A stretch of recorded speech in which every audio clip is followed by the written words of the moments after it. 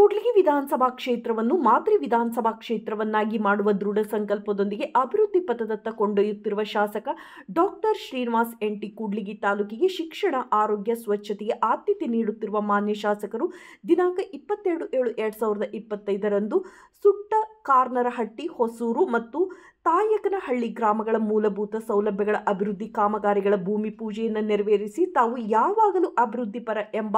ತಮ್ಮ ಕನಸನ್ನು ಶಾಸಕರು ನನಸು ಮಾಡುವತ್ತ ದೃಢ ಸಂಕಲ್ಪದೊಂದಿಗೆ ಹೆಜ್ಜೆ ಹಾಕುತ್ತಿದ್ದಾರೆ. ಈ ಅಭಿವೃದ್ಧಿಯಲ್ಲಿ ಸರ್ವರು ಕಾರಣರಾಗಿದ್ದಾರೆ. ಈ ವಿಶೇಷ ಸಂದರ್ಭದಲ್ಲಿ ಹೂಡೆಂ ಗ್ರಾಮ ಪಂಚಾಯಿತಿ ಅಧ್ಯಕ್ಷೆ ಪ್ಯಾರಿ ಮಾಬಿ ಗನಿಸಾಬ್, ಮಹಂತೇಶ್, ತಾಯಕನಹಳ್ಳಿ ಗ್ರಾಮ ಪಂಚಾಯಿತಿ ಸದಸ್ಯರು ರಾಮಚಂದ್ರಪ್ಪ, ಕೆಎನ್ ರಾಘವೇಂದ್ರ, ಜಿ ಓಬಣ್ಣ,